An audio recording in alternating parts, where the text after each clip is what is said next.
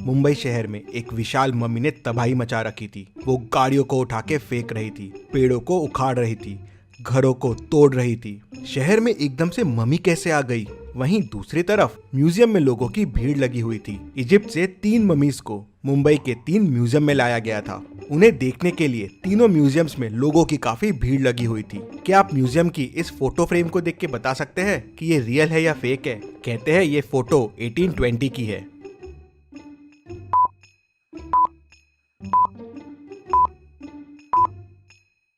ये fake photo है। 1820 की फोटो में प्लेन कहाँ से आएगा? उस वक्त प्लेन का इन्वेंशन ही नहीं हुआ था। तभी अचानक म्यूजियम में मम्मी घुस आती है। वो पूरे म्यूजियम में गैस छोड़ती है। गैस की वजह से सारे लोगों का दम घुटने लगता है और सारे बेहोश हो जाते हैं। मम्मी वहाँ अंदर आती है और ताबूत लेके चले जाती है।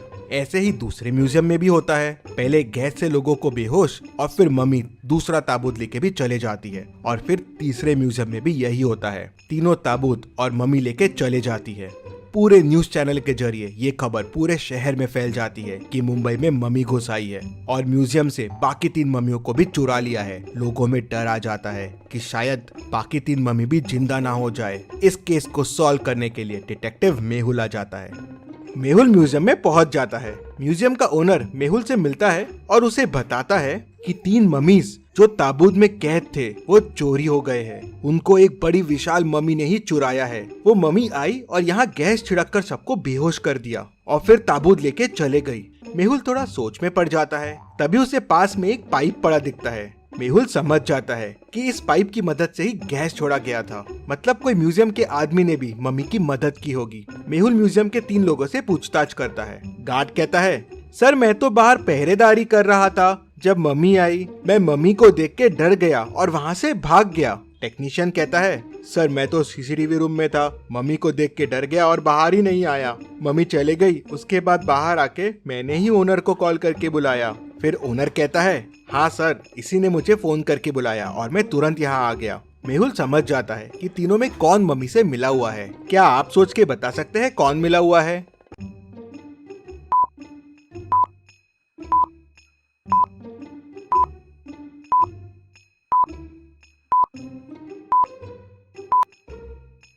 मेहुल तुरंत टेक्नीशियन को पकड़ लेता है। जब सारे लोग बेहोश हो गए थे तो ये कैसे बच गया? और इसके चेहरे पे देखिए मास्क के निशान भी है और जेब में मास्क भी रखा हुआ है। टेक्नीशियन कहता है कि सर मुझे कुछ नहीं पता है। मुझे बोला गया था कि पूरे म्यूजियम में गैस फैला देना, फिर मम्मी आके ताबूत लेके चले जाएगी।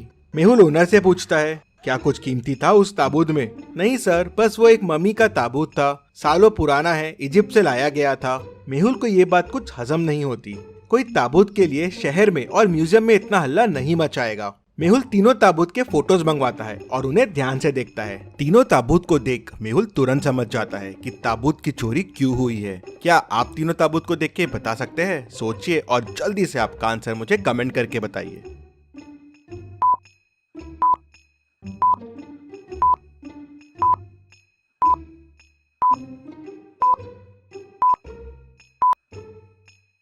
बीच वाले ताबूत में हीरे का स्लॉट खाली है और वहां पहुंचने के लिए एक मैप दिख रहा है, लेकिन वो मैप अधूरा है। अगर आप तीनों ताबूत को जोड़ देंगे तो एक पूरा नक्शा बन जाएगा। शायद वो नक्शा हीरा तक लेके जाएगा, इसलिए उन ताबूतों की चोरी हुई होगी। लेकिन ये नक्शा कहाँ का है ये समझ नहीं आ रहा था। शायद ताबूत के अंदर कुछ सुराग हो, इसलिए चोरी की गई है और उस नकली मम्मी को इसके बारे में पता होगा।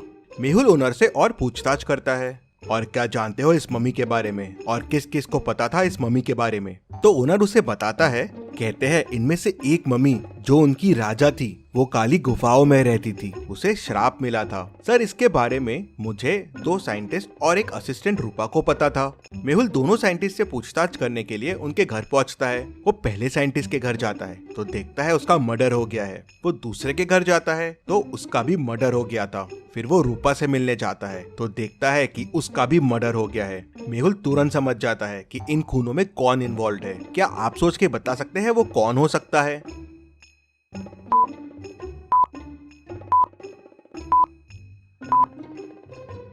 सोचिए और मुझे आपका आंसर कमेंट करके बताइए।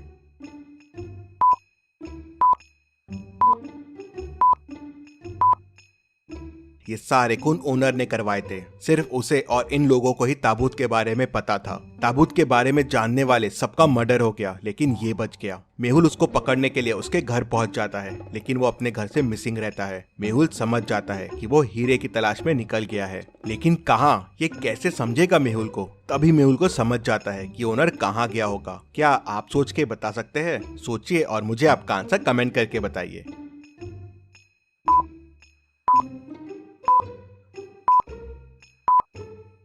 ओनर ने मेहुल को काली गुफाओं के बारे में बताया था। राजा वहीं कैद था, तो शायद हीरा भी वहीं होगा और नक्शा इन गुफाओं का होगा। मेहुल तुरंत अपनी कार के पास भागता है, लेकिन मेहुल की कार लॉक्ड रहती है। क्या आप बता सकते हैं लॉक कैसे खुलेगा?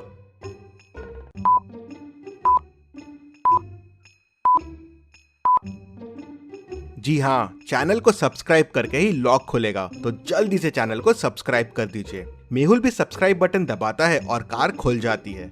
मेहुल कार लेके काली गुफाओं की तरफ निकल पड़ता है। काली गुफाओं के बाहर पहुंचते ही मेहुल को ओनर की कार दिख जाती है। मेहुल समझ जाता है कि ओनर यही है। मेहुल भी गुफाओं में आगे बढ़ने लगता है, लेकिन उसे आगे का रास्ता समझ नहीं आ रहा था। तभी उसे 3 रास्ते मिलते हैं। कौन सा रास्ता लेना चाहिए मेहुल को? क्या आप सोच के बता सकते हैं?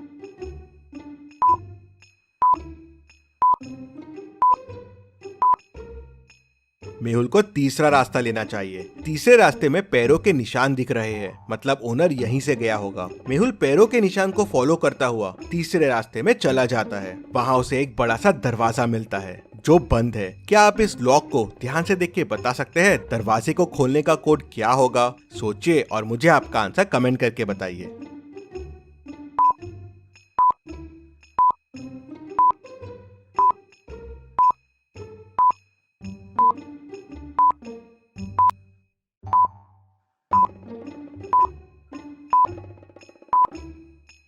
और इसका कोड होगा 5। मेहुल कोड 5 प्रेस करता है और डोर खुल जाता है। 2,3 8 है, तो 2 3 6 प्लस 2 8 हो जाएगा। 3,2 9 है, 3 इंटू 2 6 प्लस 3 9 हो जाएगा। 4,1 8 है, 4 इंटू 1 4 प्लस 4 8 हो जाएगा। सो 1,4 होगा 1 इंटू 4 प्लस 1 मतलब 5। मेहुल अंदर जाता है तो उसे वहाँ ओनर मिल जाता है। मेहुल उसे पकड़ लेता है और सीधे ले जाके जेल में डाल देता है, लेकिन ओनर कहता है कि उसके पास ताबूत नहीं है। किसी अनजान व्यक्ति ने उससे ताबूत खरीद लिया था। उसने तो नक्शा याद कर लिया था और ताबूत के अंदर से वो पेपर निकाल लिया था जिसमें इस गुफा के बारे में पता था, और गलती से मैंने आपको उसके बारे में बता दिया। मुझे ताबूत बेचने के 1 करोड़ रुपए मिले थे और मैंने ही दोनों साइंटिस्ट और रूपा का खून किया, जिससे इन ताबूत के बारे में किसी और को नहीं पता चले।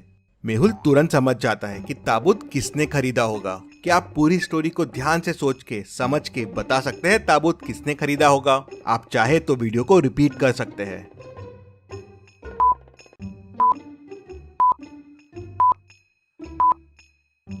ताबूत पहले वाले साइंटिस्ट ने खरीदा था। जब मेहुल उसके घर गया था तो साइंटिस्ट के हाथ में मम्मी के कपड़े थे और उसके वॉल पे मम्मी और ताबूत के साथ एक सेल्फी भी थी, और वो सेल्फी उसके घर की लग रही थी। मेहुल उसके घर जाता है तो उसे ताबूत मिल जाता है। रिसर्च के लिए साइंटिस्ट ने ताबूत खरीद लिए थे। मेहुल उन्हें वापस म्यूजियम में लगा देता है। Case solved, detective Mehul rocks. इसी बात पे जल्दी से वीडियो को लाइक कर दीजिए। चलिए अगली पहेली देखते हैं। रामपुर गाँव में एक मेला लगा था जहाँ आए दिन लोगों के जेब से चीजें गायब हो रही थी। लगता है मेले में बहुत सारे जेब कतरे घूम रहे हैं। वो इतनी परफेक्शन से जेब काट रहे थे कि किसी को पता ही नहीं चलता था। एक दिन इंस्पेक्टर गणपत मेले में जाता है जेब कतरों को पकड़ने के लिए, लेकिन कोई उसकी जेब काट लेता है और उसे पता ही नहीं चलता। ये बात डिटेक्टिव मेहुल तक पहुंच जाती है, तो अगले दिन मेहुल जाता है मेले में जेब कतरों को पकड़ने के लिए। लॉजिकल आर्मी पॉज कीजिए और सोचिए क्या तरीका अपना सकता है मेहुल जेब कतरों को पकड़ने के लिए। सोचिए और मुझे आपका आंसर कमेंट करके बताइए।